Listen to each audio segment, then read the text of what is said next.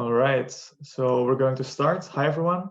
My name is Jerome. I'm one of the co-founders of Converge, a London-based tech company that is solving a whole bunch of data problems for e-commerce businesses. And today, I'm going to walk you through how you can essentially make your e-commerce business more successful using better tracking. If at any point during the webinar you have any questions, just feel free to raise your hand. I will make sure you get the floor. All right. So for the agenda for today, we're going to discuss a few things. First of all, I'll discuss why tracking is important, why you should care about tracking. Then secondly, I'm going to go through a few common tracking issues that we spot with a lot of our clients. And then I'm going to discuss what actually causes these issues and how you can actually solve them with a proper solution. Then I'm going to go through how you can set up this solution and how we usually see better tracking setups actually impacting e-commerce businesses. All right, so first of all, why do you need tracking? Actually, to kick off, it's very important to mention that tracking is actually fundamental to any e-commerce businesses. And actually, I've split it down between kind of two types of people within e-commerce organizations. First of all, for founders and managers, we see that with proper tracking, you're going to be able to trust your ad performance KPIs. This means your return on ad spend figures, your CPAs, you name it, any ad performance figures. Then secondly, if you know you can trust these ad performance KPIs, this will make sure that you can properly scale your ad spend and actually grow your business profitably.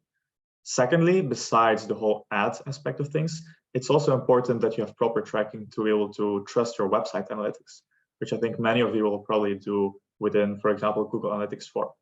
And if you then have both of those, proper ad performance metrics and proper website analytics, this is a perfect cocktail to be able to accurately compare your different sales channels and efforts to make sure that you're making the right decisions. Now, if you're a marketeer or an analyst, it all becomes a lot more practical. If you then have good tracking, this means that you can optimize your campaigns and your ads based on accurate performance metrics. It makes sure that you're going to be able to scale the right campaigns and downscale the campaigns that aren't necessarily profitable. Then secondly, this also means that you're going to be able to properly A/B test any marketing efforts that you might be doing. And it will also make sure that you can do this very quickly and accurately. Thirdly, it also makes that you can identify or resolve any website conversion drop-offs through your Google Analytics, for example. And then lastly, if you have all these metrics in place and you know that they are accurate, it allows you to confidently report your overall KPIs to your managers. All right. I see we have a quick question here, so I'm quickly going to remove it. All right, so I'll try to illustrate why every e-commerce business needs tracking through a very basic example. So let's say you're, for example, a Shopify store or a B2B e-commerce business that wants to do lead generation, and you use Facebook ads. At the point that someone clicks on your Facebook ads, this person will be referred to your website, to a landing page. And this will essentially generate a page view. Basically, what you can see is all the purple boxes on the screen are events that happen in your product, on your website.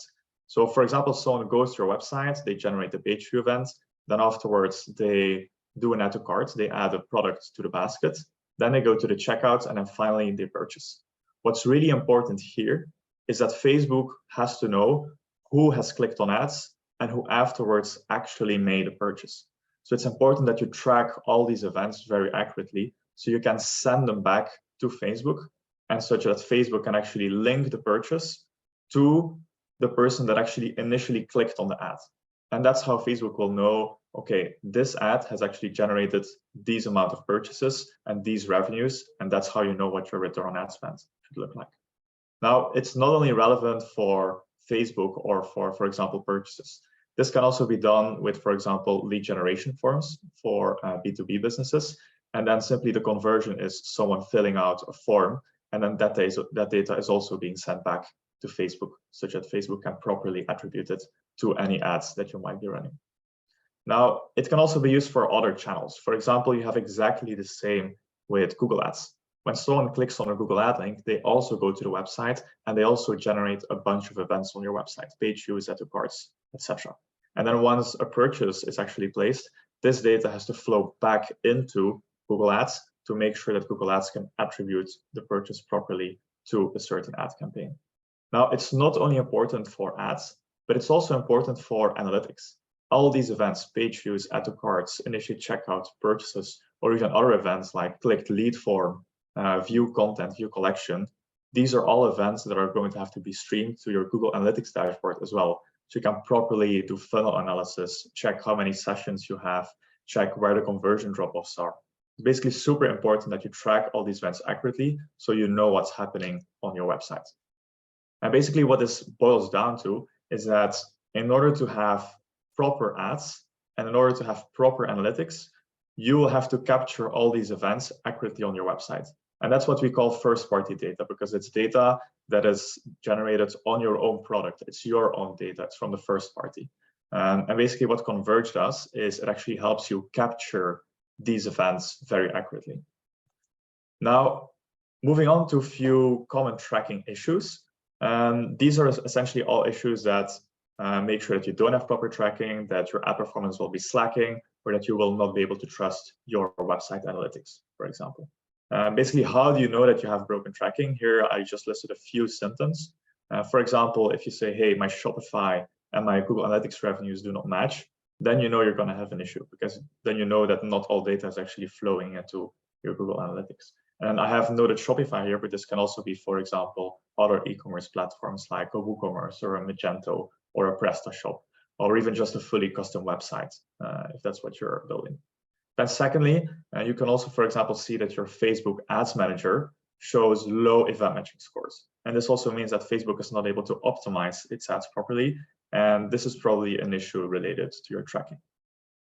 Then thirdly, you can also see, for example, that your return on ad spend metric or your CPA is very volatile or sometimes doesn't make sense at all.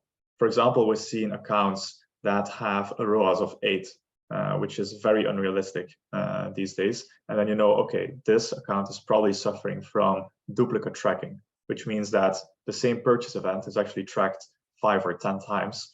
And then obviously you're going to be overinflating your ad performance metrics, because these are going to be attributed 5 to 10 times that as well.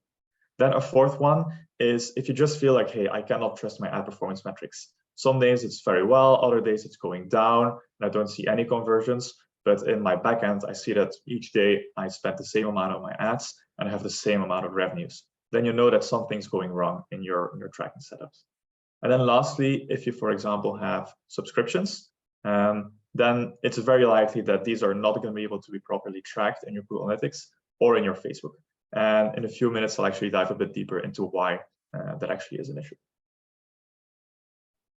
All right, so if this is you, then it's actually very important that you do an audit of your tracking setup, because it means that something is wrong. And I see we also have a first question here. Isn't it common that you lose data between Shopify and GA if you use a GDPR-friendly cookie banner? Yes, that's actually correct. So if you use a cookie banner on your website, then in some instances, if someone says, hey, do not track me or do not use cookies, then you can't track this person on your website. However, there's a few cases in which you can still properly track the event, and that's through server-side tracking. And we'll actually go into that in a few minutes. But in general, it's very true that if you actually have a cookie banner installed, you're going to be blocked from tracking certain user behavior. All right. So let's dive a bit deeper into what these tracking issues actually are. The most common one that we definitely see is that you have missing events. And this means that, for example, for an e-commerce store, you have purchases, but they're not always being tracked. Here, I've given an example of a Shopify store, and I've used some of the averages that we've seen for many, many Shopify stores in the past. What we see is that on average, between 10 and 30% of the conversions are actually never tracked. So in this case, in this example, we have a Shopify store that has 500 purchases, but then we would see that only 400, for example, are being tracked in Meta or in Facebook. And in many cases, we see that there's even bigger issues in GA4, in Google Analytics 4. And there you would only track them, for example, 350. And what this causes is actually that Facebook doesn't receive all the data it needs, which means that it cannot attribute 10 to 30% of the purchases to ads that you're running. And as a result, your ROAS is going to be lower than it actually is. So you're going to be thinking that, hey, my ads aren't profitable, I should downscale my ads, whilst actually you should actually spend more because your ads are profitable. And in GA4, what you're gonna be seeing is that, hey, my revenues just don't match. I wanna check my different funnels, but they don't make sense. You're simply gonna see that your metrics don't make sense, and broken metrics lead to broken decisions. So this essentially renders you unable to make smart decisions for your company. Now, the second issue that we see is an issue that in general is a bit smaller. It's duplicate issues, duplicate events, sorry. On average, we see that between 5 to 20% of conversions, for example, purchases for an e-commerce business, are tracked more than one time. And here I've added a screenshot of Google Analytics 4. And Google Analytics 4 is actually very nice to audit your tracking setup. What you're going to be seeing in Google Analytics 4 is that if you actually go to the purchase interface, you can see from what URLs these purchases were generated. And you're going to see that these URLs are usually always some form of thank you page. It's an order confirmation page. It's the page where people get referred to once they enter their payment details and the order is successfully submitted, the purchase is submitted. Then they're on the order confirmation page, and it's at this point that usually the order or the purchase is tracked. And what you see here is that there's more than one purchase for each unique order confirmation link. And that's actually a big issue because we know that every order has a unique order confirmation link. So if you see more than one purchase event per order confirmation link, you know you're going to have duplicate event tracking. And for this case, we had certain orders that were tracked 13 times. And that was a huge issue for this business because they were running, for example, also ads, and they were trying to optimize their different campaigns. And what they saw is that sometimes they had a certain campaign with a very high return on ad spend, and they say, hey, we're going to scale this campaign, but actually it was just one purchase that was actually attributed 10 times and was tracked 10 times. So then they were scaling ads that actually weren't really profitable. So this is an issue that's a bit smaller than the missing events problem, but it can lead to a very big dent in your ad budgets and your ad performance. So it's something to be very, very careful about. All right. By the way, in the meantime, if you have any questions, you don't necessarily have to raise your hand. You can also just type it in the Q&A. All right. Moving on to the third common tracking issue, and this is actually suboptimal event matching. This is something that's very specific to Meta. So for those that don't know what event matching actually means, event matching is essentially a proxy for Facebook's ability to optimize their ads. It tells you how well Facebook is able to match the purchase events that you're sending to people on the Facebook profile. Now, why is this important? If Facebook doesn't know who actually made the purchase, then it can never link this to someone who initially clicked on the Facebook ad, so it cannot attribute to the ad campaigns. So if you have a high event matching score, this means that Facebook knows, okay, this purchase event was made by, for example, Jan, and Jan is actually someone that we know is on the Facebook platform and that has viewed the ad for your business 2 days ago. And then Facebook knows, okay, I'm going to have to attribute this purchase to this ad. And that's how essentially your attribution is going to be working properly and how your ad performance metrics are going to become reliable. So if your event matching is low, then what's going to happen is a purchase event is going to come into Facebook, but Facebook's not going to know, it's not going to know who is this person actually. And it cannot link this purchase event to a person on the Facebook platform. So it can never attribute the purchase to the correct ad. And then you're going to have much more problems with your ad performance metrics because they're not going to be reliable because the attribution isn't working properly. All right, so what's actually causing all these issues? The underlying issue is also related to the initial question on cookie banners, and it's actually related to the fact that many people these days are still using client-side tracking or website tracking or browser tracking. It essentially all means the same thing. This is the most old and most popular tracking method, and it essentially involves placing a certain tag or a pixel, which is a piece of JavaScript code, little code snippet, on your website pages. This can be, for example, a Facebook pixel, but it can also be, for example, a Google Tag Manager script that you place at the top of your website, such that whenever a page is loaded, this pixel is also loaded and an event is being tracked.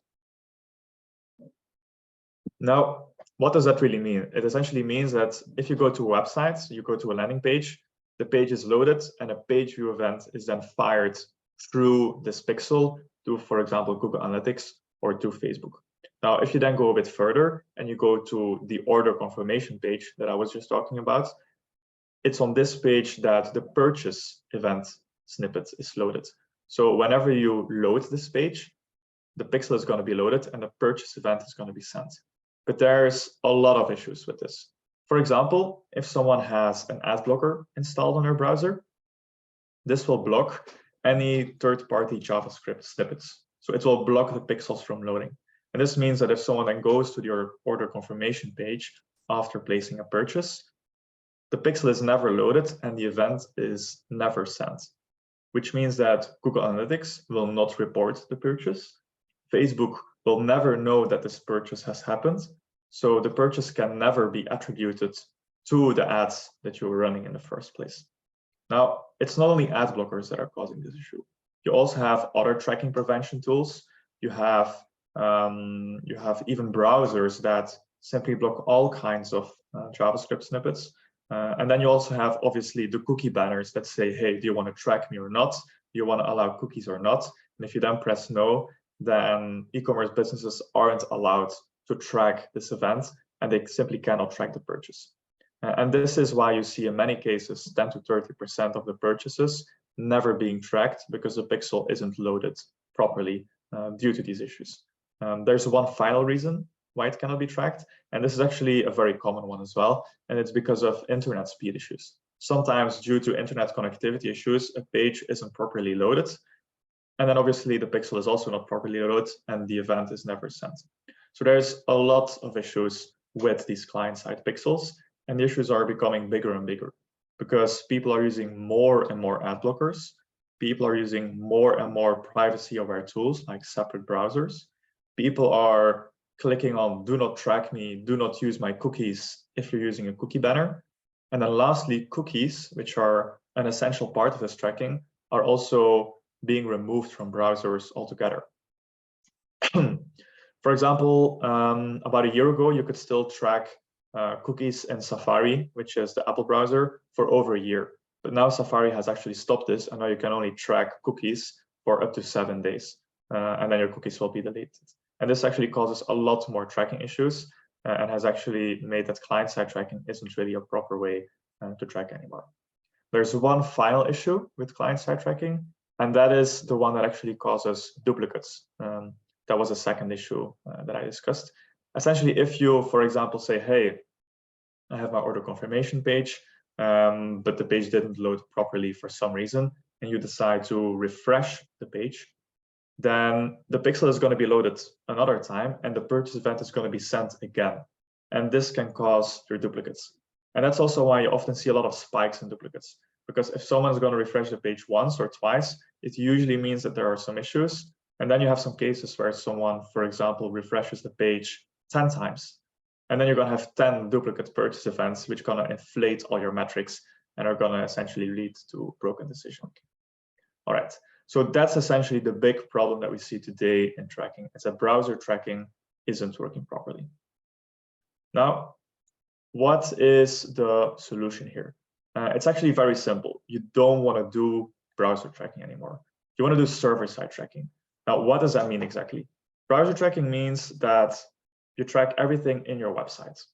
Server-side tracking means that you track things outside of the website. You track them in your backend.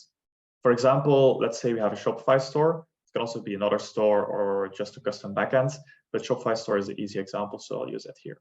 If you have a Shopify store, then even though not all purchases are going to be tracked through your website, through the pixels, you will have 100% of your orders properly in your Shopify backends, because otherwise you would have very, very big issues. So if you can integrate with Shopify directly, with the servers of Shopify directly, then you're going to have access to 100% of your purchases, and you're going to be able to track 100% of your conversions properly. Now, the good thing is that if you use this way of tracking, you're guaranteed to track 100% of the events. It's not going to be impacted by ad blockers. It's not going to be impacted by privacy-aware browsers. It's not going to be impacted by internet connectivity issues or any other tools. You're always going to have consistent 100% accurate tracking. And the good thing here is that because this is seen as first-party data, it's also not going to be subject to the cookie banners that block the pixels from loading on the website. Those actually are completely separate here. So you are able to track 100% of your conversions here. And that's the big advantage, because you go from missing 10 to 30% of your data to actually tracking 100% accurate data. And therefore, server-side tracking is actually the only proper way to track conversions in essentially a world that's moving more towards cookieless tracking, privacy-aware tracking, and any other things related to it. Now, there's a few other advantages. For example, the whole duplicate tracking issue that can be very dangerous is also completely solved here, because you're not going to have any duplicate orders in your order table in Shopify. It's going to be one order, one purchase, and essentially it's not going to be in there duplicately. So you're guaranteed to also track every order just once. Then the last thing here is that this also allows you to track conversions that happen outside of the browser. For example, subscription events. I'm not sure if there's anyone here with a subscription brand, but what we usually see is that subscription brands have the one-time orders, but they also have recurring orders. And these recurring orders can sometimes constitute up to 50 or 80% of your total revenues. So they're actually very important. And these also tell you a lot about the lifetime value of certain clients. So it's important that you have a proper view on your recurring subscription orders as well. And what you can do with server-side tracking is you can also track these. Whereas with client-side tracking, you're never going to be able to track them because they simply happen outside of the browser. It's just an automatic payment that goes through. So with server-side tracking, you're essentially going to be able to track much more than with client-side tracking. Now, if we actually put this into kind of a quick summary here, there's three ways of tracking that we usually distinguish. First of all, you have the regular client-side tracking, your traditional GTM, your Google Tag Manager.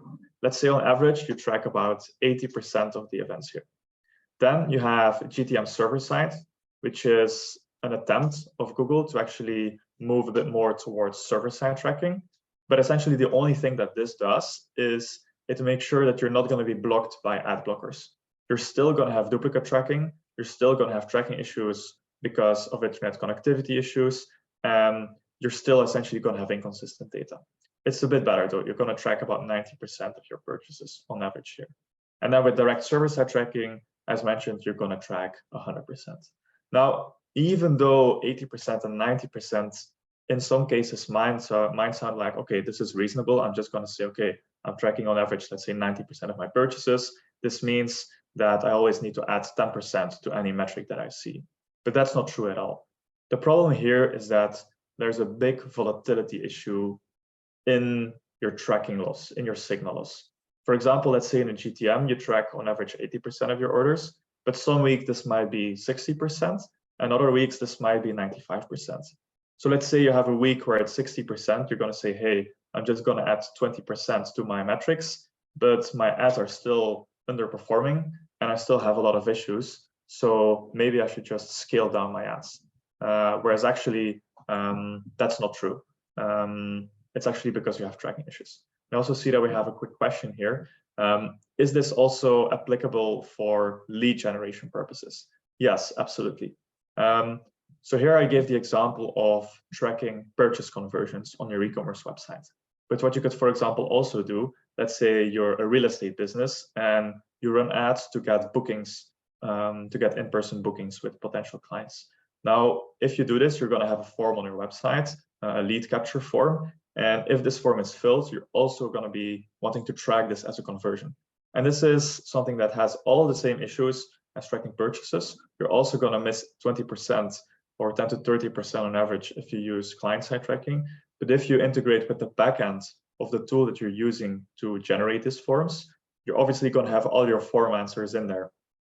So if you integrate with that, you can do server-side tracking, and you can track 100% of your lead captures and of your conversions.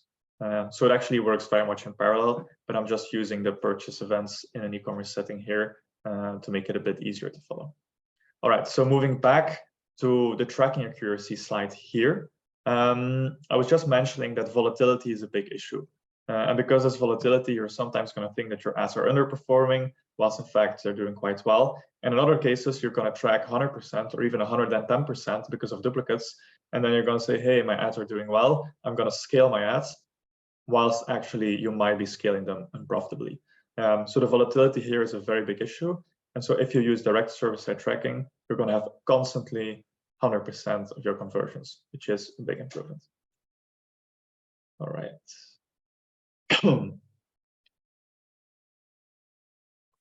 So how do you set up such a solution? How do you set up direct server-side tracking? There's actually a few ways to do it. And I'll walk you through the easiest one. The easiest one is definitely to simply use a third-party tool. And this is more of a technical slide, and it explains you how such a tool actually works. So this tool is actually in the middle between the platforms that need tracking data. Think about a GA4, a Facebook, TikTok, Pinterest, or any other ad platform on the one hand, and then on the other hand, your data capture, your Shopify backend, your Magento backends, your lead capture backends, your subscription tool, and then obviously also your website. And what this third-party tool is going to do is it's going to track everything on the server. It's going to track everything from the subscription tool. It's going to track everything from your website, and it's going to centralize this. It's going to enrich this. It's going to make sure that proper attribution is possible. And then it's going to forward this unified and correct and consistent data stream to all your different platforms. Now, this can actually get quite complex in some cases. Let's say you have a headless store, or let's say you have a few custom requirements. And in that case, it's very much recommended to work with an agency who has done this before and who is able to do proper testing and quality assurance to make sure that all the configurations are done properly. Now, moving on, what's actually the business impact of instating this improved tracking setup?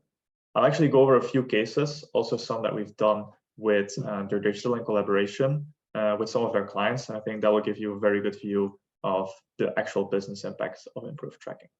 So first of all, we have BRAUZZ. BRAUZZ is a brand active mainly in the Netherlands and in Belgium. They sell sustainable cleaning products, and they also have a lot of subscriptions.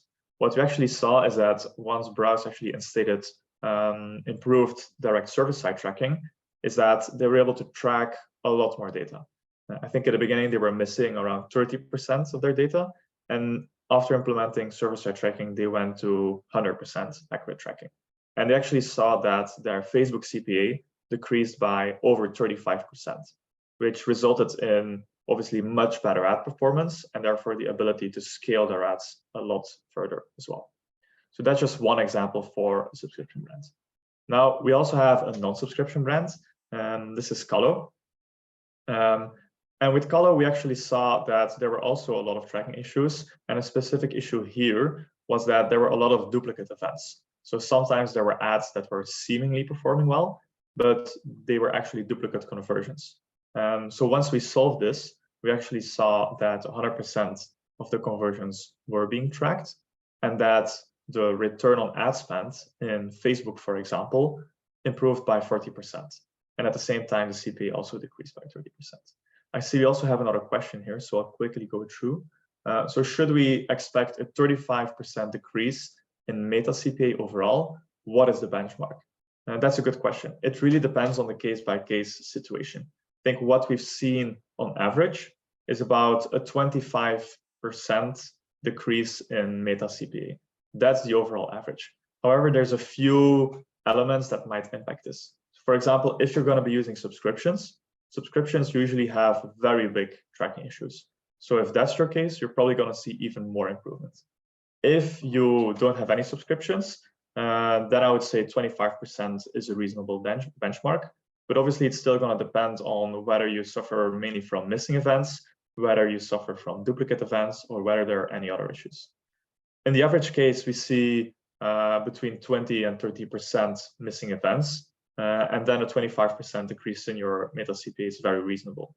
Also, we improved the event matching score. So if you do that as well, then you can get an additional uptick in your Meta CPA improvement. So I'd say on average, it's about 25%.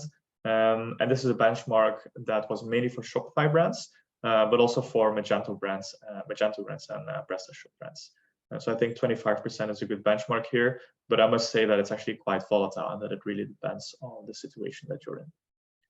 All right, so moving on with the Calo case, this was actually a very standard case. So it was a Shopify brand without any subscriptions, mainly suffering from duplicate events, but also a lot of missing events, and therefore a big improvement in the ROAS. All right, now let's go to another type of business. This is Eva Estell. It's a brand that sells across Europe, and you have very, very big ad budgets. And even for brands like this, tracking issues are still very much present. For example, Eva Estell, which is a skincare brand, we're selling through Meta mainly, and they were spending about £4 million annually on Meta ads. And the agency actually came to us and said, hey, we don't trust our ad performance metrics anymore, especially after the move to iOS 14.5. Can you have a look? And we actually saw that even though this was a very mature brand and they were actually growing profitably, they had huge, huge tracking issues. They were missing, I believe, about 40% of all their conversions. And they also had huge spikes of duplicate conversions. So essentially, in many cases, they were not scaling the right ads, or they were scaling even ads that weren't profitable at all, or they were just downscaling ads that were very profitable. So they had huge issues. And then once we actually fixed that with server-side tracking, they saw a huge increase in their ROAS, and they were actually able to grow their business very quickly, even on a very high base of many, many millions a year. So this was actually one of the great cases where there was actually very, very big impact. It's obviously a bit over the average, but I think it very well illustrates the power of proper server-side tracking. Now, maybe moving on to a bit of a different case. And here we come to also, let's say, if you have a lead generation setup or a bit more of a custom setup. This is Kimaï. It's a jewelry brand. They make sustainable diamonds. And essentially what they had is they had a retail store, but they also had 3 e-commerce store with a headless setup, so complete custom front end. And for them, we also were able to integrate and we're able to track 100% of the conversions. And one of the big issues that we solved for them is that before Converge, their Google Analytics 4 wasn't really receiving any data at all. Tracking was a huge pain. They weren't trusting their Facebook ads. They weren't trusting their Google ads. And they basically didn't have a clue of what was happening on their websites because data wasn't properly tracked. And this is something that we see very often with businesses that have multi-store setups, headless websites, a few custom requirements. It's very hard to get a proper, reliable, unified view of how your business is actually doing. So I think this is a great case that illustrates that as well. I do see we have another question, so I'll quickly move to that. Starting from which ad spend would you recommend implementing such a solution? Very good question. What we usually see is that for traditional e-commerce brands that have purchases as conversions, we see that it usually becomes viable once you spend around 2,000 in ads each month. We do see that for some brands, if they have very big tracking issues, let's say you're missing 40% of your conversions, which definitely has happened in the past, it's still worth setting this up because otherwise, even if you're spending 1,000, you're just going to be spending it on something that isn't working at all. So it can also work on lower spend, but usually we say that 2,000 a month is kind of the minimum from which it becomes really a no-brainer to use a tracking method like this. And then obviously anything beyond that, up to a few hundred thousand per month is definitely worth setting this up as well. All right. Moving on here, I'll maybe explain a bit more why we're actually doing this webinar together with Your Digital. What we see is that setting up these tracking, these advanced tracking methods can be quite hard. And tracking is usually something that is a bit far from the day-to-day operations of an e-commerce entrepreneur. So it's actually very nice to be able to use experts that have done this in the past and know how to set it up and know how to handle certain edge cases, do testing, and do quality assurance. That's exactly why we work together with Your Digital. For example, here, at the moment, we are active for 100% of the new clients for Your Digital, which makes that if Your Digital is actually running ads, they know that they have an optimal setup and they know that they can get the most out of the ad budget for their clients. And we'll also have a look at the average increase in ROAS and that was also 25%. So I think that's a very reasonable benchmark that you can take for brands operating in the Benelux, for example. And for those brands, we then just make sure that 100% of the conversions are tracked, and that there's proper testing, that the G4 works properly, etc. So if you think, okay, I've heard a lot of things here, maybe I have missing events, maybe I have duplicate events, I would love to maybe have a look at this. We have created a QR code here to which you can request a free tracking audit. So if at some point you'd say, hey, maybe I just want to have someone to have a look at my tracking setup to see if there's any issues that that might be solved, that might be able to solve, then you can just sign up here. It's a very simple form. I think we're just going to ask for your email address so you can reach out, and then for everyone that's attending the webinar here, we can do a free audit. All right. In that case, I'll end it here, and I'll see if there's any questions from your end. So if there's any questions, feel free to just raise your hand or drop it in the chat directly. And I'll give you a few seconds here so you can take time to think and write it down. All right, we already have our first question. So are there any privacy or data protection considerations that businesses should be aware of when implementing conversion tracking? There definitely are. So GDPR for many businesses is actually a bit of a challenge because this forces you to have cookie banners on the websites in many cases. And these cookie banners will block you from doing client-side tracking. They won't affect server-side tracking, but they will block client-side tracking. So what we see is that the businesses that have these cookie banners on the website, they will have even more signal loss in their browser tracking. So they will track even less data. We've seen setups where businesses were only tracking 20% of the events that they were tracking before. So if this is something that you are doing, it's definitely very important to make sure that you set up server-side tracking, because otherwise you're not going to be able to run ads properly. All right, let's see if there's any other questions. So what are some of the best practices for analyzing and interpreting conversion data? Do you install a dashboard, or is Google Analytics 4 enough? So interpreting conversion data, yeah, this is a bit broad, but essentially, if you want to interpret it, looking at your website and saying, hey, okay, what landing page is converting best? What kind of website adjustments are converting best? You essentially want to tweak your website to make sure that it converts as good as possible. That's something that you'll be able to do in your Google Analytics 4 dashboard. You'll be able to create reports and then check for each landing page where someone starts the website session, what percentage of these people actually add something to carts or fills out a lead form or actually places a purchase on your website. So that's kind of the first aspect of interpreting conversion data. Then secondly, if it's about conversion data for your ads, then usually you're going to be looking at this in your ad platforms. So in your Google Ads dashboard, in your Facebook dashboard, in your TikTok dashboard. Now, there's one thing here, and that's usually if you constantly need to switch between different dashboards, that can be a bit of a pain. And so there's also some tools that actually aggregate the data that you see in those dashboards across Facebook, TikTok, Google Ads, and many others into one unified dashboard. And then you can also have a look at your blended ROAS, blended CPA, and usually that's recommended because then you have a holistic view of your combined cross-channel advertising efforts and how the conversions work across those channels. Right. Moving on to the third question. So how does the future look of conversion tracking? Are we going to be able to do this for the coming years? Definitely yes.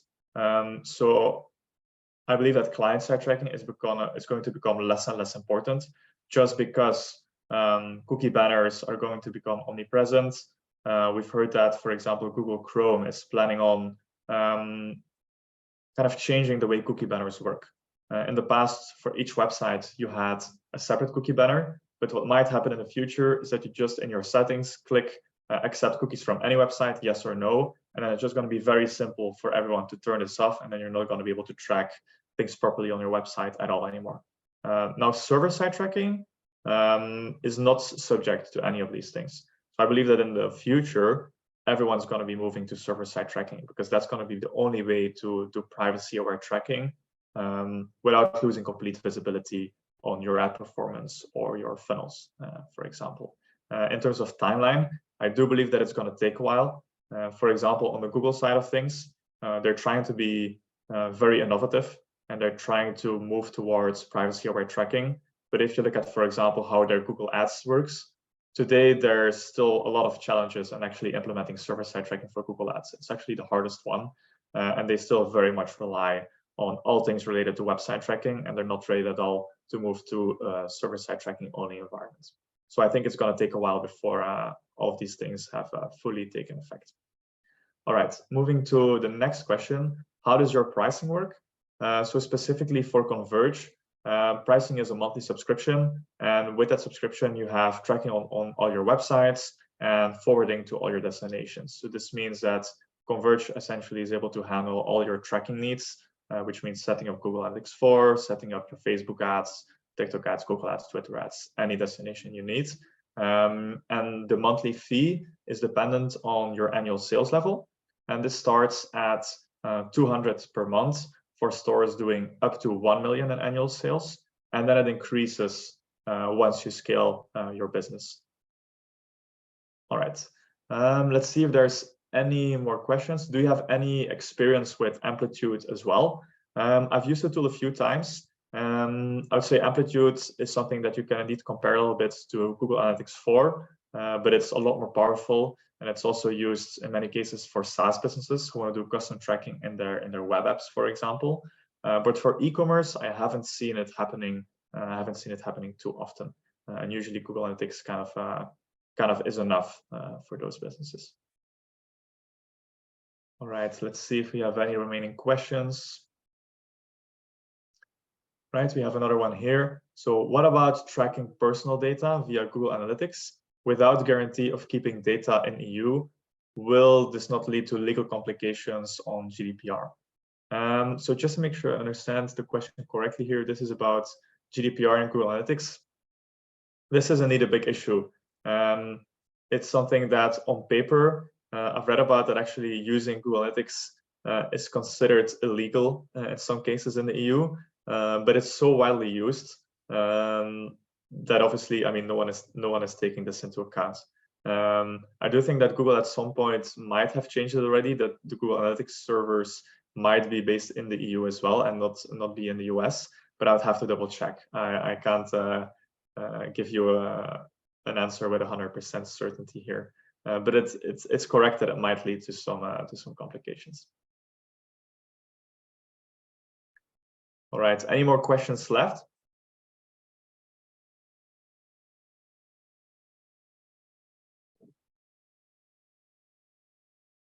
Let me see if I didn't miss anything here. All right, I think that covers it all. So thanks everyone for joining. If you have any questions that pop up after the call, after the webinar, feel free to just reach out, and happy to answer those later as well. Thanks everyone. Bye.